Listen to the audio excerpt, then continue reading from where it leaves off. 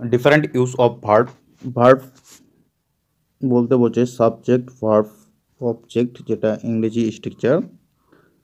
তো সেখানে আমরা নানানভাবে ভার্বকে ব্যবহার করে থাকি। তো ভার্ব প্রধানত দুইভাবে ব্যবহৃত হয় বাক্যে। একটা হলো সাবজেক্ট হিসেবে আর একটা হলো ভার্ব হিসেবে। তো সাবজেক্ট হিসেবে যেটা ইউজ করা হয় সেটা হলো তার সাথে, সাবজেক্ট হিসেবে যেটা থাকে তার সেই ভার্বের সাথে আর বা ইআর বা আই ই আর বা ও আর যুক্ত থাকতে পারে, যেটা নাউন ফর্মের দ্বারা মানে ভার্বকে নাউনে কনভার্ট করে দেওয়া হয়। আর তখন ভার্ব একটা কি সাবজেক্ট হিসেবে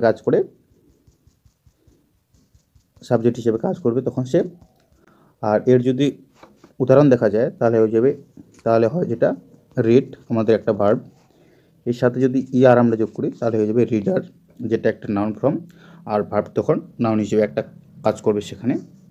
এটা হলো সাবজেক্টের দিক থেকে। এছাড়াও সাবজেক্টের দিক থেকে কয়েক ধরনের হয়, এটা শুধু একটা, যে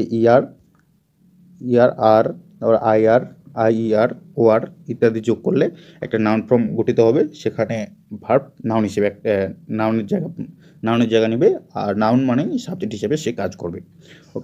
তারপরে যেটা দাঁড়াচ্ছে যে ভার্বের সাথে আইএনজি যুক্ত করে ভার্বকে সাবজেক্ট হিসেবে ব্যবহার করা যায়। যেমনটা আমরা জেরান্ড প্রেজেন্ট পার্টিসিপেলে ইউজ করে থাকি সাবজেক্ট হিসেবে হয়, যেমন ডুইং দ্য ওয়ার্ক। যদি পাস্ট পার্টিসিপেল গ্রুপ হয় তো সেক্ষেত্রেও সে সাবজেক্ট হিসেবে কাজ করতে পারে। যেমন এডুকেটেড পার্সন। পরবর্তীতে আমরা যেটা আলোচনা করব সেটা হলো প্লেস অফ ভার্ব।